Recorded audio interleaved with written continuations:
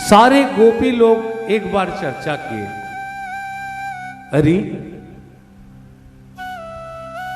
इसको दुनिया में किसी से प्यार नहीं है। हमने पूछा तुम किसी से प्रेम करते हो, और उसको दिया, बता भी दिया कि प्रेम क्या होता है। हमने कहा कि दुनिया में ऐसे हैं कि एक एक से प्यार करता है लेकिन दूसरा एक का प्यार को नहीं समझता। एक दूसरे को प्यार करता है, वो भी उसको प्यार करता है, पति पत्नी पता नहीं। लेकिन एक ऐसा है कि प्यार करते रहते हैं लेकिन उनको ध्यान में नहीं रहता है। इन तीनों में कौन हो? भगवान ने कहा तीनों में मैं नहीं हूं। एक एक से प्यार करता है लेकिन वो उसका प्यार नहीं समझता। यह है सद्गुरु और शिष्य। गुरु अवतार ही लेते हैं शिष्यों की कल्याण करने के लिए, प्रेम करते हैं, लेकिन शिष्य नहीं समझ सकता। नंबर 2, इस संसारिक। भगवान ने कहा मैं तुम्हारे गुरु नहीं कि मैं प्रेम करता रहूं तुम लोग दुनिया में भागोगे, ऐसा मैं नहीं हूं। नंबर 2, मां बाप से प्यार करता है बेटा बेटी, अब बेटा बेटी मां बाप को नहीं प्यार करता। भगवान ने कहा ऐसा भी नहीं हूं, मैं तुम्हारा बाप हूं, मैं प्यार करता हूं, मैं भी किसी का पुत्र हूं, उसे भी प्यार करता हूं, तो ये भी मेरा प्रेम का स्वरूप नहीं है। और कोई किसी से प्रेम करे और बदले में उसका प्रेम पाए तो ये तो देन लेन वाली बात है। अब मेरे में तो देन लेन वाली कोई बात है ही नहीं। तो सारे गोपियों ने कहा अरे ये किसी से प्रेम नहीं करता है, दिखता है, लेकिन एक से पूरी तरह से प्रेम करता है जो कभी भी अपने से दूर नहीं करता। जब खाता रहता है तो भी बगल में छिपा लेता है, जब सो जाता है तो कमर के कमर पट्टे में डाल लेता है। अगर कोई हम लोग जाएं गोपी लोग तो अगर हो सके तो बंसी छीन लेंगे बोल के अपने छाती में लगा लेता है। एक से प्यार करता है ये बंसी। किसी ने कहा अरे प्यार तो हमें भी करता है लेकिन हमें तो छाती पे नहीं लगाता, तो ये बंसी को इतने आदर क्यों करता है ये? सबने पूछा क्या ये जो बंसी है बांस की, ये इतने आदर की वस्तु है? गोपी लोग में जिसका सुर है, चर्चा हो रहा है। एक ने कहा मैंने देखा, अरे ना तो इसने कभी इसको छोड़ा और ना इसने उसको छोड़ा, ना श्री कृष्ण ने बंसी को छोड़ा और ना बंसी ने श्री कृष्ण को छोड़ा। ये सब सुनते जाओ। दुनिया में अगर हम आपसे प्यार करते हैं और मेरे बारे में आपको कोई कुछ बोल दे संसार में, तो थोड़ा रिलेशन कम कर देते हो आप, कम हो जाता है। कल आएंगे, 2 दिन बाद आएंगे, हमें सबको देख के आना पड़ता है ना।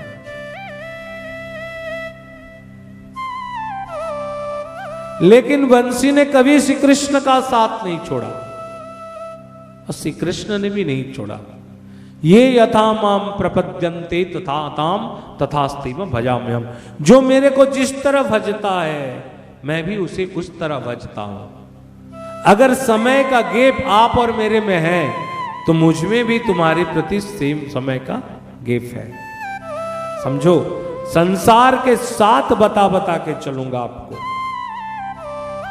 अगर कहीं संसारिक कोई कमेंट मिल जाए तो आदमी छोड़ देता है, लेकिन हम लोग गोपी लोग इसको इतने ताना मानते हैं, इस बंसी को हमारी सौत है, तब भी ये उसको नहीं छोड़ता।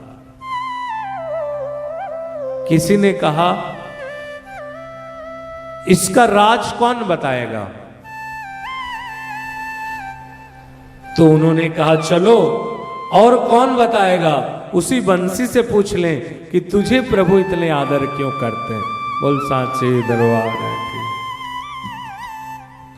सब गोपी लोग हार गए, सब कोई हार गए, अपने बुद्धि से हार गए। और हार कर हम आप लोग जाते हैं सीधा 1 मिनट प्रश्न पूछें, गुरु के साथ कैसे जिया जाता है, प्रेमी के साथ सीखो।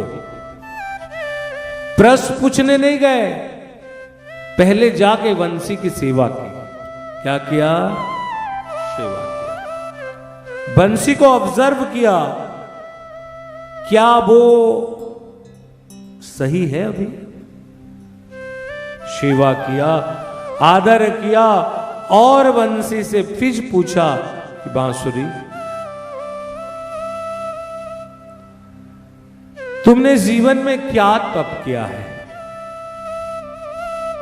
ऐसा कौन सा तप साधन तुमने किया जो भगवान तुम्हें नित्य पकड़ के चलते हैं, नित्य साथ रखते हैं? क्योंकि हम जानते हैं कि तप से, आराधन से, भक्ति से और दान से भगवान को प्राप्त किया जाता है। तुमने ऐसा कौन सा आराधन किया? तुमने ऐसा कौन सा तप किया? कौन सा ऐसा साधन किया? और साधन करके कौन सा जन्म में ऐसा साधन किया कि तुमने भगवान से कृष्ण को प्राप्त कर लिया? बंसी ने कहा, बोल सांचे दरबार की। सबसे पहले बंसी जानते हैं, आजकल बच्चे लोग बंसी माने क्या क्या समझेंगे? आज के जनरेशन के लिए बंसी, बंसी बांस से बनती है। किससे बनती है?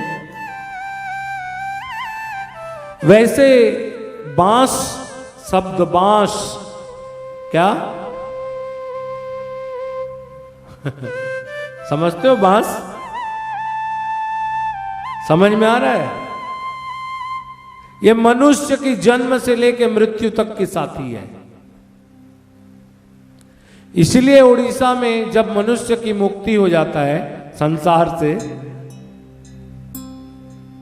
यानी देह त्याग करता है, तो उसको 6 लकड़ी लगते हैं, 2 लंबा लंबा, बीच में 4। 6 खंड काठ रे, याद आया? 6 लकड़ी। पहले जब जन्म होते हैं तो बांस लगते हैं, जब बच्चा पैदा होता है छठ के दिन।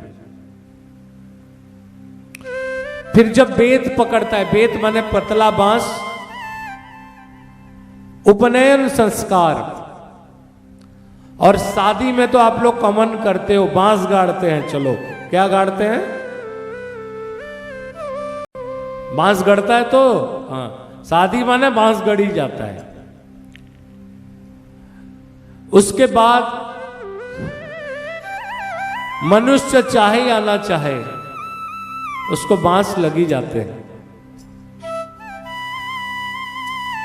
और आखिरी समय में मनुष्य को बांस ही लगता है।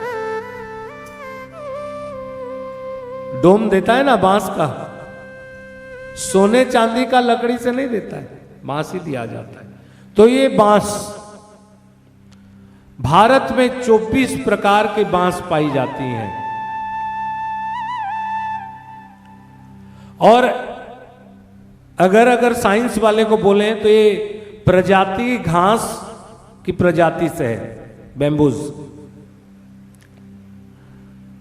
मक्का, धान और घास और बेम्बू एक ही स्पेसिस के हैं। बांस जो है वो सपुष्पक है, इसमें फूल आते हैं। अमृतजिनी है और एक बीज पत्री है इसका नाम। बांस जीवन में एक बार फल देता है, और अगर उसमें बांस में फल लग गया तो फिर इसकी मृत्यु हो जाती है। जब बांस में फूल लगते हैं तो उस समय ऐसे बांस का आयु 50 साल तक कहा गया है। कल मैं देख रहा था, मान के चलो बंगाल में 20-22 हजार दुर्गा पूजा होते होंगे, और एक एक पूजा पेंडल में अगर 100 बांस भी लगा, कितना हुआ? हैं? हैं? उतना बांस, और एक बांस 100 रुपया हुआ तो कितना हो गया? जितना भी हो गया। और पूरे भारत में उतने बांस में पेंडल बनते हैं, तो करीब 10,000 करोड़ का तो बांस केवल हमारे भारत में दुर्गा पूजा में लग जाता है। बोल सांचे दरबार की। अगर ऐसा पूरा दुनिया में ले तो 1000 प्रजाति के बांस हैं हमारे भारत में। केवल मात्र और मात्र कितने हैं, मैं बोला आपको? हैं? आप लोग को ज्ञान होगा कि नहीं पता। जैसे पीपल पेड़ कार्बन डाइऑक्साइड लेता है और ऑक्सीजन छोड़ता है, इसी तरह बांस भी ऑक्सीजन छोड़ता है और कार्बन डाइऑक्साइड कैच करता है।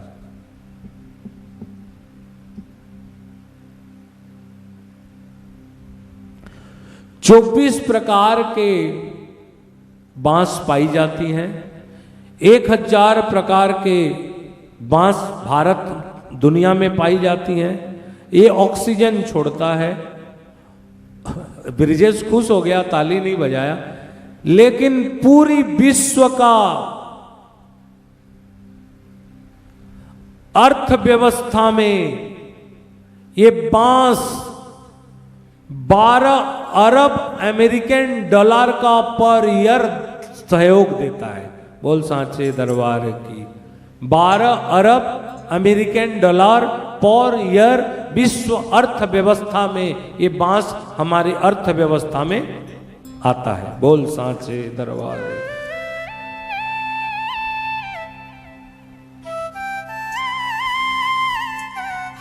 बांस के बारे में बोलता तो चला जाएगा। बांस से एक मुक्ता भी मिलता है, मोती मोती।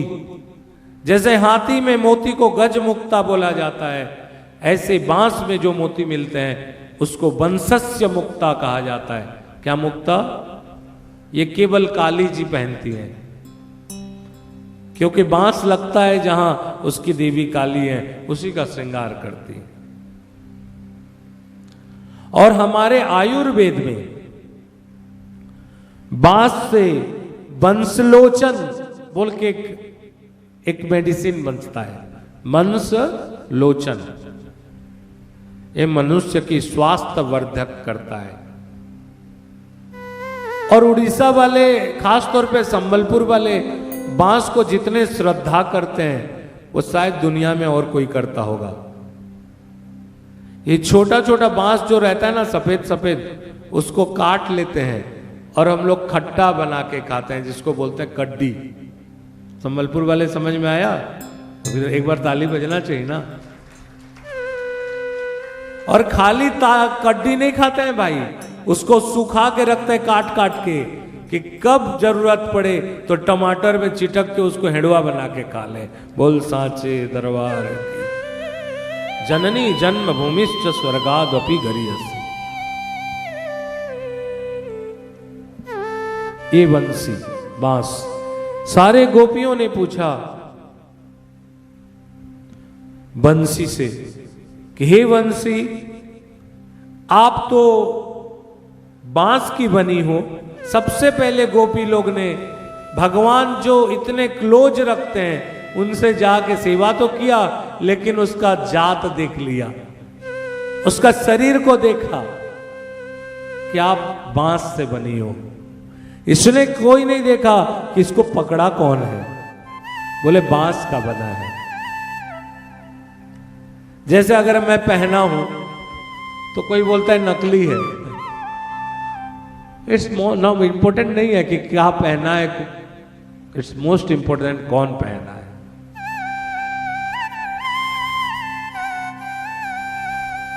मनुष्य की बांस के बिना गति नहीं है।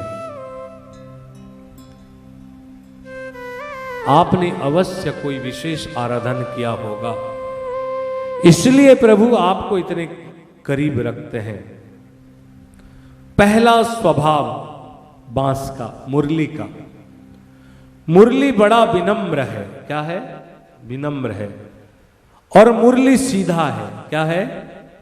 देखो ढोलक भी ओवल साइज में है, ये भी अप्स डाउन में है, तबला भी गोल गोल है, लेकिन बांस मुरली सीधा है।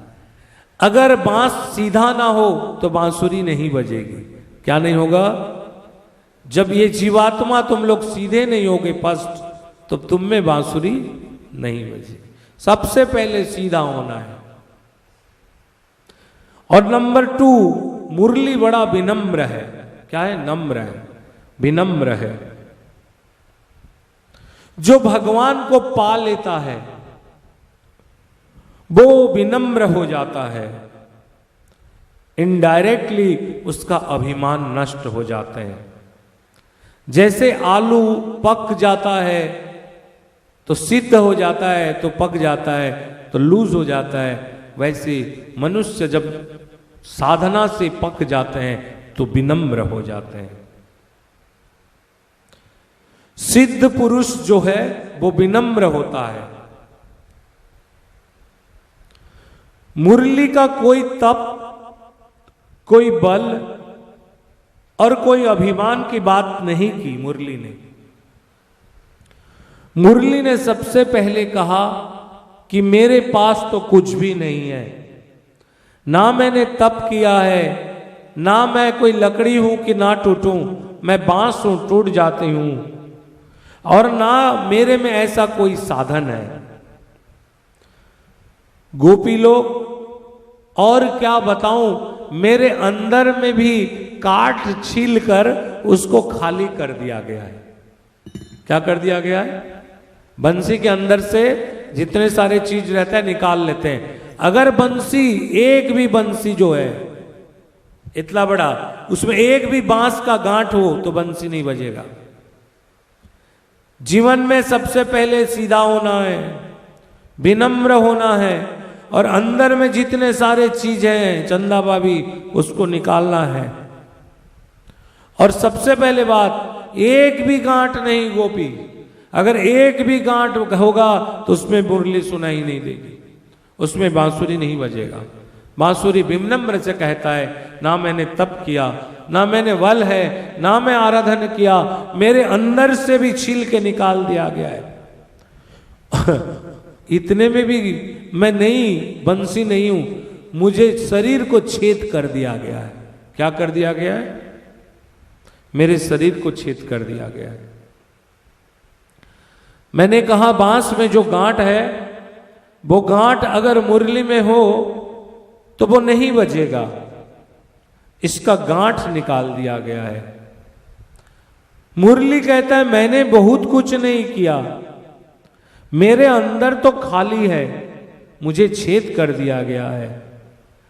ये जो मुरली भगवान ने बजाया उसमें 7 ऐसे छिद्र थे, एक फुंकले वाला छिद्र था, एक निकलने वाला, टोटल छिद्र 9 और उंगली रखने वाले 7। ध्यान रखें।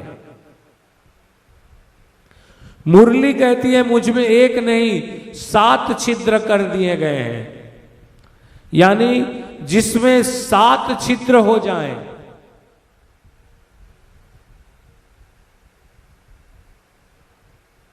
जिसका छात सिद्ध 7 छिद्र हो जाए, जो सीधी हो, जिसमें गांठ ना हो, जिसके अंदर से सारा चीज निकाल दिया गया, वही 7 सुर में बज सकता है।